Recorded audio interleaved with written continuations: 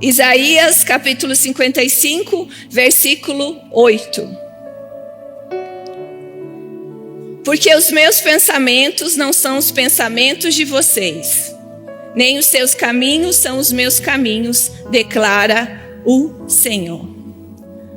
Você já se perguntou por que algumas coisas acontecem de forma tão diferente?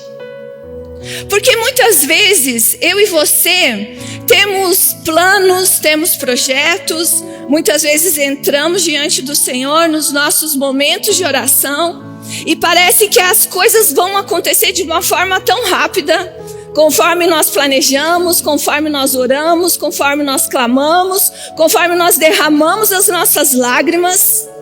E de repente, quando tudo está certo, quando aquele contrato só precisa ser assinado para que aquela resposta chegue, quando aquele juiz só precisa liberar aquela causa na justiça para que realmente a nossa vitória chegue, quando aquele diagnóstico médico, quando nós formos fazer o exame, ele já vai ter sumido ou você já vai encontrar a cura diante de um problema de saúde que você estava.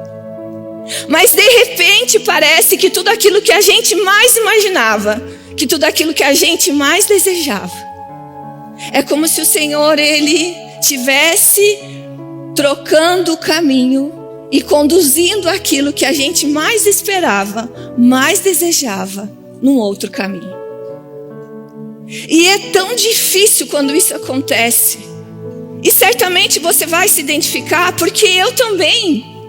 É muito difícil para mim quando aquilo que eu tenho certeza que vai acontecer, quando aquilo que eu orei, quando aquilo que eu planejei, quando eu me dediquei tanto em oração, em jejum, não acontece. É tão difícil para mim entender o tempo de Deus. É tão difícil para mim entender que os meus pensamentos não são os pensamentos de Deus. E os meus caminhos não são os caminhos do Senhor. E a grande verdade, queridas, é que diante de tudo isso que eu falei para você, diante de todas essas coisas que eu acabei de falar para você, muitas vezes quando as coisas não acontecem da forma como nós gostaríamos, é como se a gente estivesse pensando que Deus, Ele está distante e indiferente. É como a gente pensasse que os ouvidos do Senhor estão totalmente tampados para que não ouçam a minha oração. É como se eu pensasse que as mãos do Senhor estão ressequidas e elas não podem se esticar para me oferecer socorro. É muito difícil passar por momentos assim. Porque nós sentimos que Deus muitas vezes está indiferente, muitas vezes que Ele está distante. Mas a grande verdade é que o tempo de Deus não é o nosso tempo. E é sobre isso que nós vamos falar hoje. Porque diante de cada desafio, diante de cada circunstância, diante de cada oportunidade na nossa caminhada cristã, o Senhor sempre vai responder de 3 formas: com o sim, que abençoa; com o não, que protege; ou com a espera, que prepara.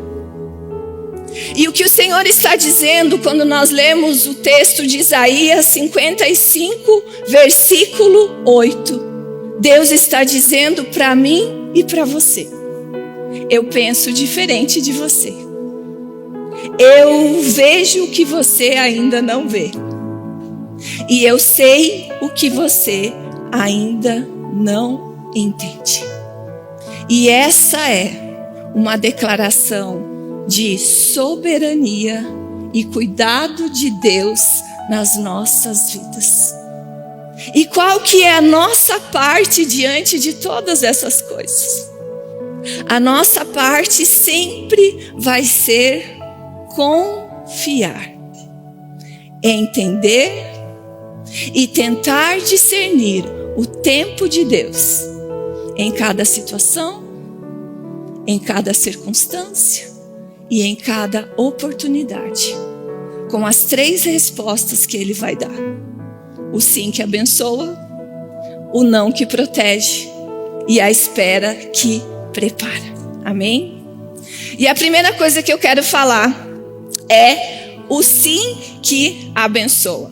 Eu queria que você abrisse a sua Bíblia ou ligasse ela no livro de Lucas, capítulo 1.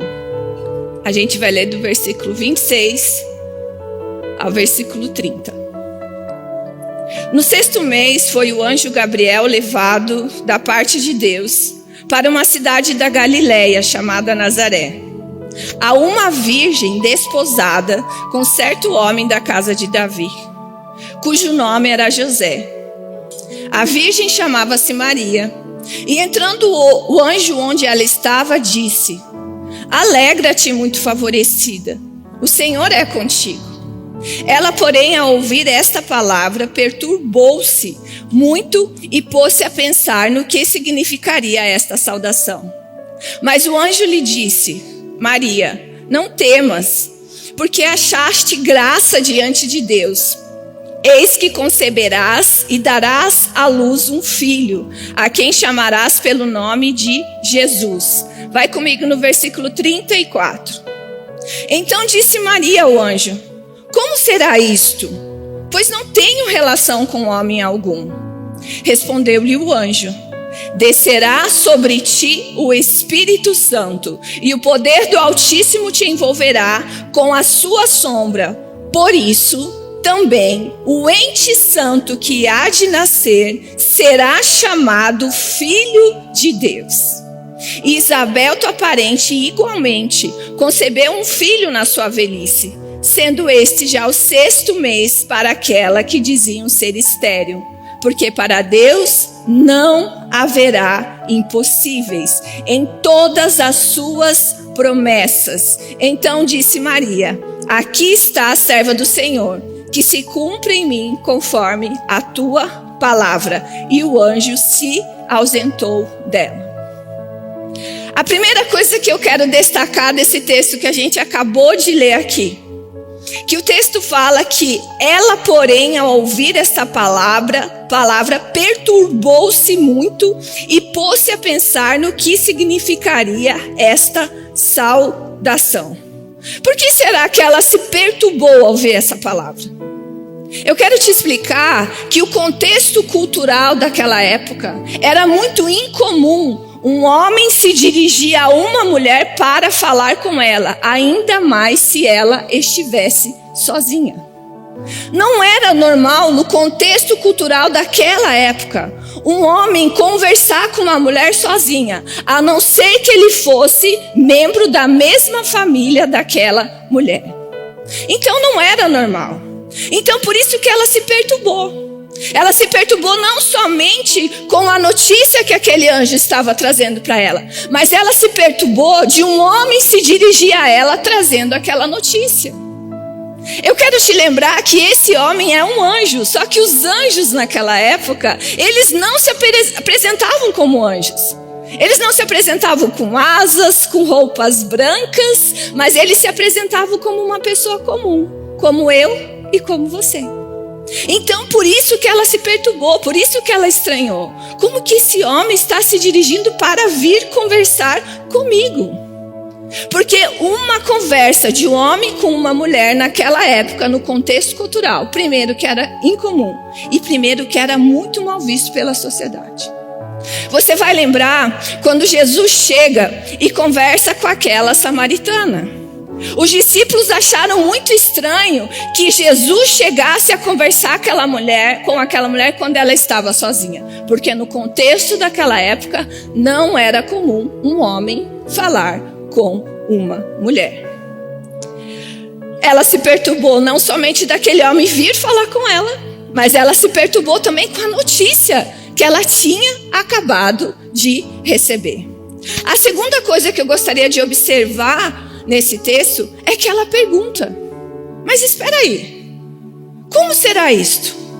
Eu não tenho relação com homem nenhum. Como que isso vai acontecer?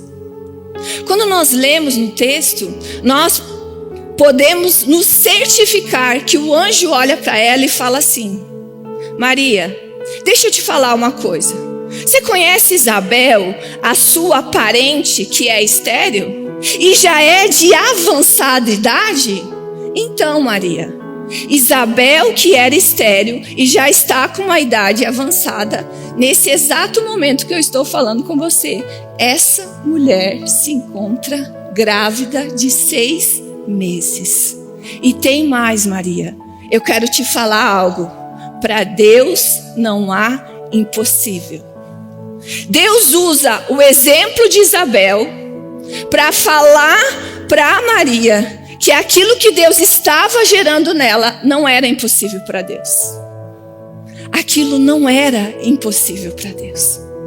Uma das coisas que eu e você precisamos entender, que diante de uma direção de Deus, diante de uma promessa do Senhor sobre a minha vida e sobre a sua vida, não tente entender com a sua mente natural o que o Senhor pode fazer no sobrenatural. Amém? Você pode dar uma glória a Deus por isso? Você crê nisso? Sim. Diante de uma direção de Deus, diante de uma promessa de Deus, diante de algo que o Senhor falou para mim e para você, não tente entender com a mente natural aquilo que o Senhor vai mover o sobrenatural para fazer diante daquela situação. Então é isso que o anjo estava falando para ela. Maria, eu preciso usar o exemplo de Isabel para mostrar para você que na sua mente natural, essa promessa ela não vai acontecer.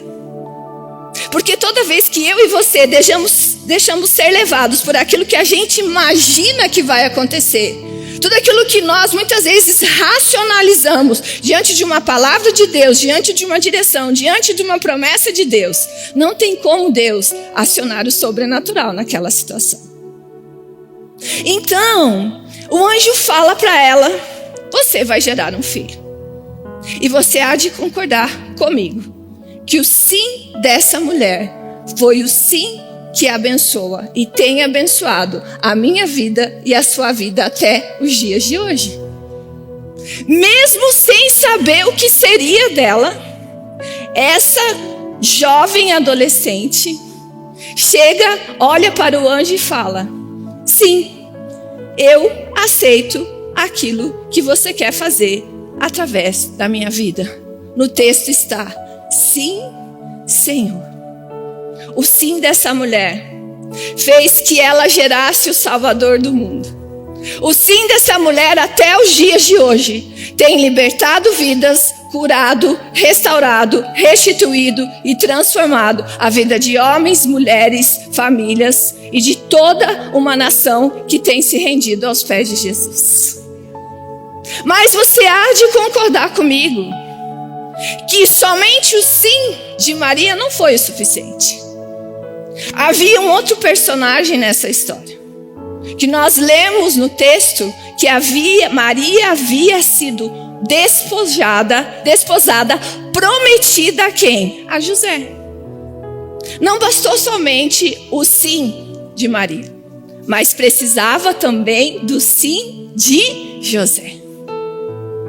E diante de toda aquela confusão, aquele conflito daquela situação, daquele homem perceber que aquela mulher estava grávida e que ele não tinha tido nenhuma relação com ela. Mesmo diante da palavra de Deus que está lá no livro de Mateus 1, 20 e 21, que fala que o anjo do Senhor apareceu para aquele homem e explicou para ele o que estava acontecendo. O sim desse homem fez com que ele tivesse que passar por cima da própria reputação dele. Pensa comigo. Pensa comigo as pessoas que conviviam com aquele homem quando ficaram sabendo que Maria estava grávida. Talvez muitas pessoas não ficaram sabendo, mas provavelmente a família dele ficou sabendo. O sim de José custou a própria reputação dele. Porque como será que a comunidade olhava para ele? Como será que quando ele passava, as pessoas falavam em relação a ele, em relação àquilo que ele tinha feito e decidido obedecer ao Senhor? Muitas vezes, queridas, o nosso sim vai custar a nossa reputação. Muitas vezes, queridas, o nosso sim não vai agradar muitas pessoas. As pessoas não vão entender muitas vezes o nosso sim. Ele não se preocupou com o que as pessoas estavam falando, com o que as pessoas estavam dizendo. Ele falou: eu decido dizer sim e fazer parte desse lindo projeto de Deus. Nem sempre seguir a vontade de Deus será compreendido pelas pessoas. E nós vamos ouvir: nossa, você está tão diferente. Nossa, você mudou. Nossa, você não é mais aquela mesma pessoa que eu conhecia. Aquela pessoa que eu podia contar as minhas coisas para você. Aquela pessoa que ia para a bagunça junto comigo. Aquela pessoa que curtia as piadinhas maldosas junto comigo. Aquela pessoa que via aqueles vídeos daqueles homens musculosos e a gente ficava rindo no WhatsApp. Você não é a mesma pessoa. Você mudou. Sim. E mais uma coisa, você não somente não é a mesma pessoa, como você mudou a sua forma de se vestir. Nossa, você está usando umas roupas muito chique. Nossa, você tá muito elegante, esses brincos, essa maquiagem. Sim, eu mudei. Eu mudei porque eu estou evoluindo. Eu mudei porque eu estou evoluindo nos meus relacionamentos, na minha espiritualidade, no meu conhecimento. E eu não aceito mais ficar na mesma condição que eu era antigamente. Porque aquele que está em Cristo Jesus é nova criatura. Amém? Então muitas vezes o sim nosso nem sempre vai agradar as pessoas. Quando eu olho a vida de José, eu consigo entender algo. O sim desse homem custou para ele uma renúncia silenciosa, uma confiança absoluta e uma fé no invisível. Ele teve que crer, mesmo nunca ter visto aquilo acontecido na história da vida dele e na história da nação aonde ele estava. O sim dele custou renúncia silenciosa, confiança absoluta e fé no invisível. O sim que abençoa nas nossas vidas, muitas vezes, vai nos tirar da zona de conforto. Muitas vezes eu e você, nós seremos tiradas da nossa zona de conforto, porque o Senhor tem algo maior para fazer em nós e através de nós. O sim que abençoa vai nos tirar da zona de conforto para que eu e você possamos começar algo novo. Que Deus tem falado conosco nos nossos corações há tanto tempo. Que Ele tem ministrado as nossas vidas há tanto tempo. E Ele fala: filha, sai dessa sua zona de conforto. Sai do seu medo, sai da rejeição, sai do seu senso de inadequação quando você está perto das pessoas e se abra, porque eu tenho algo novo para fazer em você e através de você. O sim que abençoa, para que a gente possa atender o chamado que Deus tem nas nossas vidas. Essa semana nós estávamos falando isso. Eu, as pastoras e a diaconisa, a gente teve uma reunião e eu estava falando isso para elas. Todas nós temos um chamado de Deus. Todas nós fomos chamadas para fazer algo. Um chamado para um propósito estabelecido pelo Senhor. E esse propósito na nossa vida, ele passa por uma iluminação progressiva. Talvez a Adriana, há 26 anos atrás, ela não imaginaria que hoje ela estaria aqui. Mas de lá até aqui, é como se a cada degrau que eu fosse subindo, a cada vez que o Senhor me permitiu sair da minha zona de conforto e me abrir para o novo de Deus, é como se eu subisse mais um degrau. E essa revelação, subir aquele degrau, agora eu vou trazer uma iluminação para isso que você está vivendo, Adriana. Beleza, tá confortável, tá tudo bem? Vamos sair da zona de conforto. Agora eu vou levar você para outro degrau. E isso acontece na sua vida também. O chamado de Deus na minha vida e na sua vida é para um propósito. E esse propósito vai passar por uma iluminação progressiva. Conforme nós vamos correspondendo, saindo da nossa zona de conforto, o Senhor nos leva a um próximo degrau. E ali Ele vai capacitar, habilitar, vai dar o conhecimento, vai dar a sabedoria, vai dar o discernimento necessário. Tá tudo bem? Tá confortável? Bora lá. Como se Deus fizesse assim, ó. Vamos? Bora. Anda. Rápido. Próximo degrau. Tá confortável? O próximo degrau. Então, o sim que abençoa, né, na vida de Maria. E o sim que abençoa que Deus espera de mim e de você. O sim que abençoa sempre vai vir acompanhado da graça e da provisão de Deus na nossa vida. Amém? Você pode dizer um amém? A segunda coisa que nós vamos falar é sobre o não que protege. Abre comigo lá no livro de Atos, capítulo 16. A gente vai ler do versículo 6 ao versículo 10. E percorrendo a região Frígio-Gálata, tendo sido impedidos pelo Espírito Santo de pregar a palavra na Ásia, defrontando Mísia, tentaram ir para a Bitínia.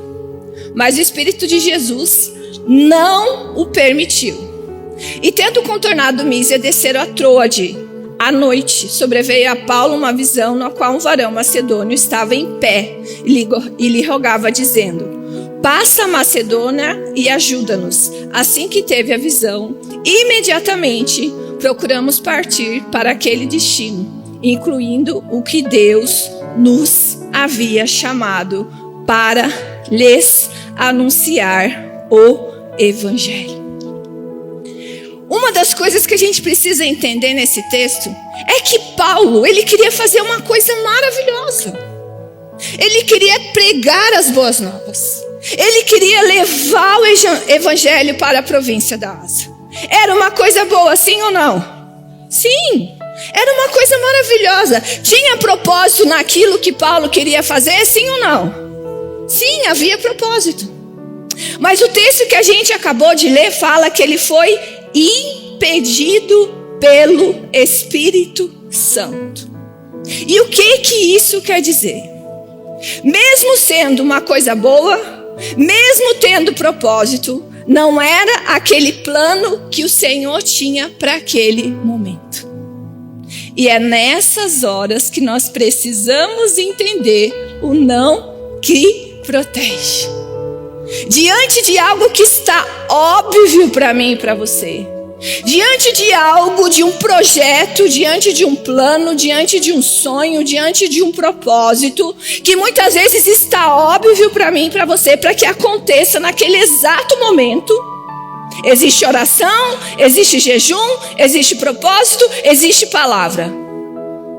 Mas muitas vezes, diante de uma situação dessa, o Senhor vai dizer: não é o tempo, não é a hora, não é o momento. E o não de Deus aqui não quer dizer uma frustração, não pode soar para mim e para você uma frustração e uma renúncia. Mas aqui na vida de Paulo, o não dele trouxe um redirecionamento. Eu sempre confundo essa palavra. O não de Deus trouxe um redirecionamento para algo que ele precisava fazer naquele momento. Ele precisava ir para Macedônia. Pastora, mas ele não ia fazer a mesma coisa que ele iria fazer na província da Ásia? Sim, ele iria fazer a mesma coisa. Mas não era o tempo de ele ir para a província da Ásia. Era o tempo de ele ir para a Macedônia.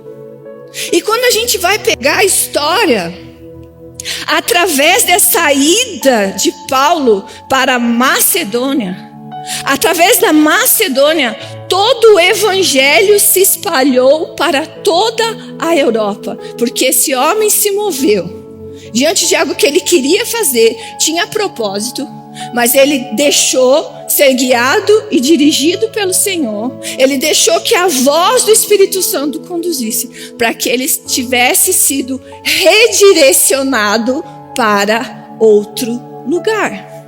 Não era o que ele queria fazer naquele exato momento. O que ele queria fazer era algo muito bom, mas não era o que o Senhor queria que ele fizesse naquele momento. O Senhor precisava, ao invés de ir para a província da Ásia, que ele fosse para a Macedônia. O não de Deus foi um redirecionamento, não uma rejeição. Quantas vezes choramos por portas fechadas, sem saber que era Deus nos livrando de algo? O não que protege não é fracasso. Às vezes é mudança de direção, mudança de rota para as nossas vidas. Amém? Nem toda porta fechada é o fim. Às vezes é Deus te empurrando para o lugar certo. Sim ou não? A porta fechada para a província da Ásia não era o fim. Provavelmente o evangelho chegaria lá e chegou lá depois. Mas era Deus empurrando ele para o lugar certo naquele momento daquilo que precisava acontecer.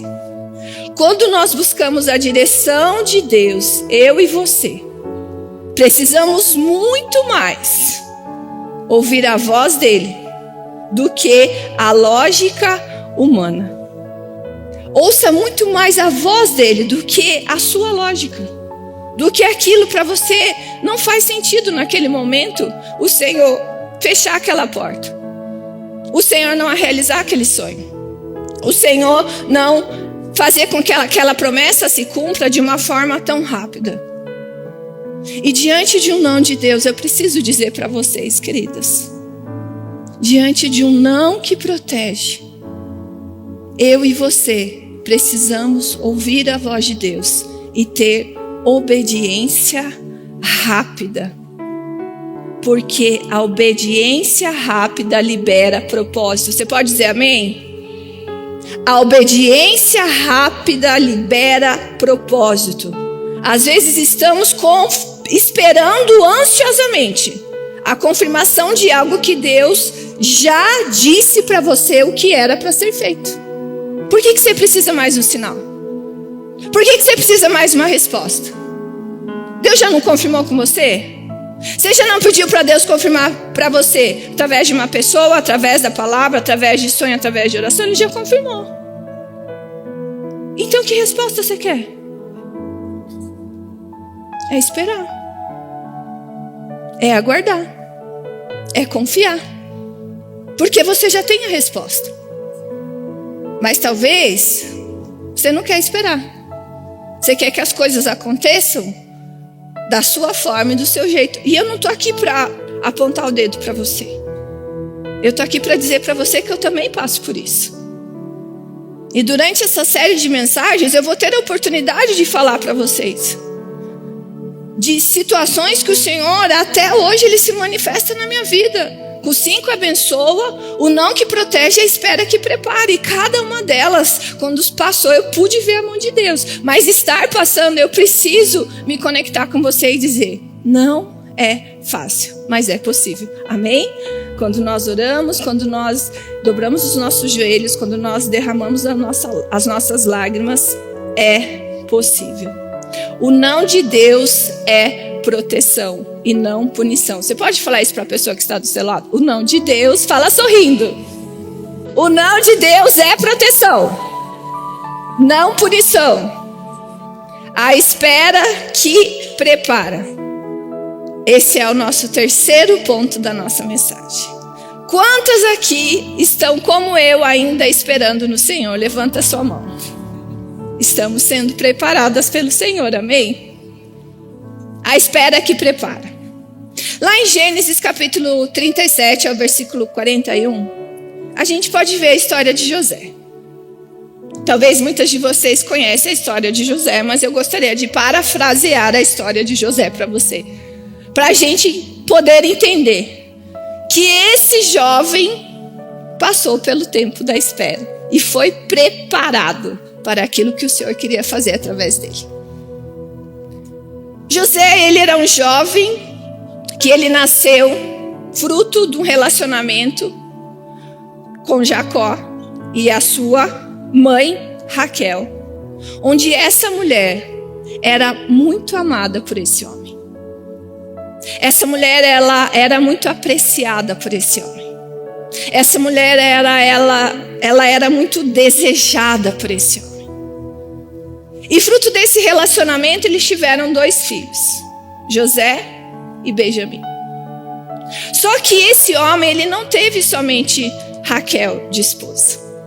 Ele teve uma outra mulher também, que ao contrário de Raquel, era desprezada por esse homem. Era rejeitada por esse homem. Só que é aí que mora o problema. Tanto Raquel quanto Lia tiveram filhos. José, provavelmente, eu imagino, a Bíblia não fala isso. Talvez existisse algumas coisas na aparência e na fisionomia de José que remetessem à sua amada mãe. Só que ele cresce num ambiente onde ele tem outros irmãos também. De uma mulher que era rejeitada, de uma mulher que muitas vezes implorava pelo amor daquele homem, de uma mulher que era desprezada. E era nesse contexto familiar que tanto José quanto os seus irmãos cresceram. Foi nesse contexto que eles cresceram. Só que esse menino, ele era muito imaturo, eu acredito. Porque eu acredito que esse pai protegia tanto ele. Esse pai mimava tanto esse menino, que impedia que esse menino crescesse para se tornar aquilo que Deus havia planejado para ele. Havia uma disputa e uma rivalidade muito grande ali entre José e seus irmãos. E existe um texto que eu gostaria de ler junto com você, que fala assim: diante de todos esses conflitos, diante daquele jovem ser o único filho a ser presenteado pelo seu pai por uma túnica. Quando a gente vai estudar o contexto do que significava essa túnica naquela época, raras pessoas tinham vestimentas, quem dirá túnicas. O valor de uma túnica naquele tempo era muito caro. Então imagine os seus irmãos se deparando com a realidade de José ganhando um presente e eles não ganhando nada. Então eles tinham muita raiva de José. Não somente isso, José também era o dedo duro da família. O seu pai, por muitas vezes, quando os seus irmãos iam lá cuidar dos animais, o seu pai falava assim para ele: veja o que os seus irmãos estão fazendo e venha aqui e me conte. Mas esse jovem, ele tem um sonho, que fala assim: teve José um sonho e o relatou a seus irmãos, por isso o odiaram ainda mais, pois lhes disse: rogo-vos, ouvi este sonho que tive. Atávamos feixes no campo, e eis que o meu feixe se levantou e ficou em pé, e os vossos feixes o rodeavam e se inclinavam perante o meu. Teve ainda outro sonho, e o referiu a seus irmãos, dizendo: sonhei também que o sol, a lua e 11 estrelas se inclinavam perante mim. Pensa comigo. O cara já não era o queridão da família. Já não era um amado pelos seus irmãos. Ele ainda me tem esse sonho e conta para os seus irmãos. Eles ficaram com muita raiva dele. Você está querendo dizer agora para mim, José, que a gente vai se inclinar para você e você vai se tornar rei para nós? Não somente isso. Que o pai e a mãe também vão fazer isso para você. Ah, José, me poupe. Você está viajando na maionese. E eles ficam com tanta raiva dele, que uma das vezes, quando ele vai espiar os seus irmãos, eles jogam aquele jovem dentro de uma cisterna. Pegam a túnica dele, sujam de sangue e chegam para o seu pai e falam: ele foi devorado por animais selvagens. Aqui começa o trabalhar de Deus na vida de José. José tinha um chamado de Deus, sim. José tinha um propósito, sim. Mas ele não estava pronto para viver aquilo que Deus tinha para a vida dele. E ele teve que passar por muitos processos. A traição, a injustiça, o desespero, a angústia, a tristeza, a decepção, a solidão, todas essas coisas fizeram parte daquilo que José precisasse passar por todos esses processos, para que um dia ele pudesse ser levantado governador do Egito. Ele teve que passar por todas essas coisas. Aquele jovem imaturo, que se achava o amado, o escolhido, o querido, não tinha maturidade para viver o chamado e o propósito de Deus para a vida dele. Então ele precisava passar por todas essas escolas, e cada uma delas ia moldando o caráter desse jovem, para que ele pudesse reconhecer que o lugar aonde o Senhor o colocaria não era por sabedoria humana, não era por conhecimento humano, não era porque ele era escolhido e amado do seu pai, mas Deus precisou tirar ele da sua família para levar ele a viver todos esses processos e todas essas escolas, para que nos momentos de maior solidão ele tivesse a convicção que era somente Deus na vida dele. E quando ele estava no posto mais alto que um homem do Egito poderia chegar, e eu estou resumindo aqui a história de José, ele se depara com o passado dele. Quantas vezes? Quando as coisas estão tudo bem na minha vida e na sua vida, o passado tenta nos assombrar novamente. A rejeição, o medo, a angústia, as vozes que no momento de desafio, onde você se posiciona, dizem para você que você não vai conseguir, que você não é capaz e que você não foi escolhida. O passado desse jovem se depara diante dele.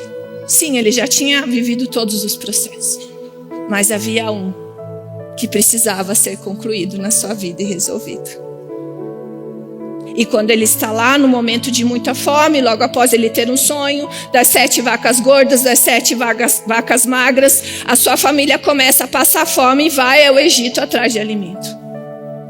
Assim como muitos foram buscar o Egito atrás de alimento, porque o Senhor deu uma estratégia para ele. Quantas de nós temos pedido estratégias para o Senhor? Quantas de nós temos pedido estratégias para o Senhor? E o Senhor vai entregar estratégias na sua mão, assim como Ele entregou na vida de José, amém? E o Senhor dá uma estratégia para ele. E as pessoas vinham até o Egito atrás de comida. Aquele homem se tornou um homem muito sábio. E de repente ele está lá, ele se depara com quem? Com o seu passado. Com aqueles que lançaram ele dentro da cisterna e fizeram ele passar por todas as dores que uma pessoa pode passar, por todas as injustiças, por todas as frustrações, por todos os medos que uma pessoa pode passar. E ele tem 2 opções. É dado para José 2 opções.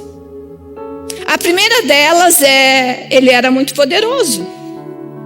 Ele poderia pedir para que matassem todos os seus irmãos. Os seus irmãos apareceram novamente a ele. Aqueles mesmos que jogaram ele dentro da cisterna aparecem para ele, só que não reconhecem quem ele é. Ele tinha mudado. Ele tinha se aprofundado tanto nos processos de Deus, ele tinha se fortalecido tanto no Senhor, que ele não somente na sua aparência, mas ele se tornou uma pessoa diferente. E os seus irmãos estão na frente dele. A primeira delas, ele era muito poderoso, ele podia mandar matar todos os seus irmãos. Eu sou poderoso, quer saber? Vou mandar matar tudo isso, olha o que eles fizeram comigo. E a segunda, que foi a que o Senhor confia a mim e a você todos os dias. Diante das dores que a gente passa, diante das frustrações, diante daqueles que nos perseguem, diante daqueles que agem com injustiça comigo e com você. Ele decidiu perdoar. E porque ele perdoou, ele pôde salvar não somente os seus irmãos, mas toda a sua família. E abençoar toda a sua família. Esse homem chamado José precisou passar pela espera que prepara, por todos os processos de que Deus permitiu que ele passasse, para que ele pudesse se tornar o governador do Egito. Amém?